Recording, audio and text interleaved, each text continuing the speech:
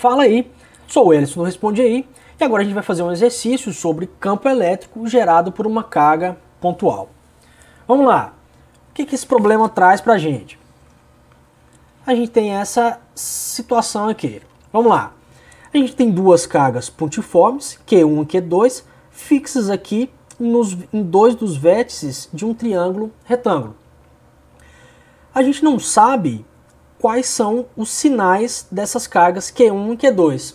O que a gente sabe é que a carga Q1 tem um módulo dado por 3 microcoulomb. Outra informação que o problema dá pra gente é que o campo elétrico produzido aqui, o campo elétrico resultante no ponto P, é um campo elétrico que está orientado aqui na direção Y, apontando no sentido de menos X, menos Y chapéu. Beleza? E a gente também tem informação sobre essas distâncias aqui. Então a gente não sabe os sinais das cargas, sabe só o módulo da carga Q1. A primeira coisa que a gente vai determinar são os sinais das cargas Q1 e Q2.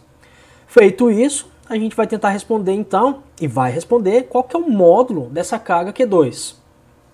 E para fechar, qual que é o módulo do campo elétrico produzido ali no ponto P, o campo elétrico resultante no ponto P. A primeira coisa, então, é entender quais são os sinais dessas cargas, que é o que o problema pede para a gente fazer, no caso aqui da letra A. Então vamos lá, duas coisas que a gente precisa lembrar. O campo elétrico gerado por uma carga positiva é um campo elétrico de afastamento, e um campo elétrico gerado por uma carga negativa é um campo elétrico de aproximação. Então vamos lá. O campo elétrico resultante no ponto P é um campo elétrico que está na direção Y, mas apontando no sentido de menos Y chapéu. Então vamos lá. Se essa carga Q1... Então vamos lá. A única possibilidade de que esse campo elétrico seja apontando aqui para baixo, na direção em sentido de menos Y chapéu, é que as duas cargas sejam negativas. Beleza? Por quê? Vamos supor que uma delas fosse positiva. Isso significa que a carga Q1, por exemplo, positiva, geraria um campo no ponto P, que é um campo de afastamento. Nesse caso, o campo resultante seria um campo que tem projeção aqui na direção X chapéu. Então não poderia ser o caso, né? Esse caso não poderia acontecer, porque a carga Q1 positiva geraria um campo resultante que estaria ao longo da direção X chapéu. E a gente sabe, o problema diz que o campo elétrico aqui resultante no ponto P é um campo que tem a direção em sentido de menos Y chapéu. Então com isso a gente elimina a possibilidade de uma dessas cargas aqui ser positiva. As duas cargas precisam ser negativas para que o campo resultante aqui seja esse campo apontando na direção em sentido de menos Y chapéu. Então vamos lá. Sabemos já que as cargas têm sinais negativos. Vamos olhar para essa geometria aqui e colocar algumas quantidades que são importantes. Primeira coisa é esse ângulo θ1 aqui. Esse ângulo θ1 vai ser esse mesmo ângulo aqui em cima, que essa reta faz com essa linha pontilhada, e esse aqui é um outro ângulo θ2, que é esse mesmo ângulo, que tem o mesmo valor desse ângulo que a reta pontilhada faz com essa reta aqui. Então essa é uma quantidade que a gente vai usar aqui, esses ângulos, né? Então vamos para a próxima etapa, que é ver agora qual é o valor do módulo do campo elétrico, o módulo da carga Q2. Para isso, vamos lembrar de algumas coisas, né?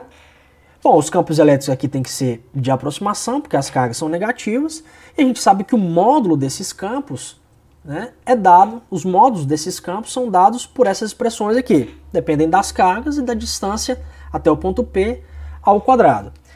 Vamos lá. Esse campo elétrico no ponto P é o campo elétrico resultante, e esse campo não tem componente na direção X chapéu. Isso significa que na direção X chapéu, a projeção de E1 tem que ser igual à projeção de E2 na direção X. E na direção Y, a gente tem que ter o quê? A projeção desses campos aqui na direção Y tem que ser somadas e dar o módulo do campo elétrico E no ponto P. Então vamos lá, não tem componente de E na direção X, então as projeções em X dos campos tem que ser na direção X tem que ser essa daqui, essa projeção igual à projeção do campo 2. Na direção Y, no campo E, tem que ser o resultado da soma da projeção dos módulos aqui, né, da projeção desses vetores na direção Y. Beleza? Então vamos começar aqui com essa componente X aqui. Depende de cosseno de θ1, né? Lembra que a gente precisa encontrar o módulo da carga Q2. Cosseno de θ1 aqui vai ser o quê? θ1 é D1 dividido por Dzão e cosseno de θ2 é D2 dividido por Dzão. Se a gente coloca isso daqui nessa expressão, o que a gente vai encontrar? Esse cara aqui. Então, o Dzão cancela com o Dzão dos dois lados. O que a gente vai fazer agora? Vamos colocar essas expressões para os campos elétricos aqui dentro dessa outra expressão aqui. A gente vai obter que, bom, isso daqui é o que a gente obtém dessa expressão aqui, mas colocando os campos elétricos, né, essas expressões para os módulos, a gente vai chegar nessa expressão aqui. Então lembra, o módulo da carga Q1 a gente conhece, e essas outras distâncias a gente também conhece. Daqui então, dessa expressão, a gente consegue tirar que o módulo da carga Q2 é dado por essa expressão aqui. A gente simplifica esses termos aqui, vai dar D2 sobre D1 vezes o módulo da carga Q1. A gente conhece D2, conhece D1 e o módulo da carga Q1. A gente tira então que o módulo da carga Q2 é dado por 7,2 microcoulomb. Beleza? Isso a gente tirou da componente X, da nossa decomposição aqui. Para encontrar agora na letra C o módulo do campo elétrico E, né, que é esse cara aqui, a gente vai usar a expressão que a gente fez aqui para decomposição na direção Y. Então vamos lá. O módulo de...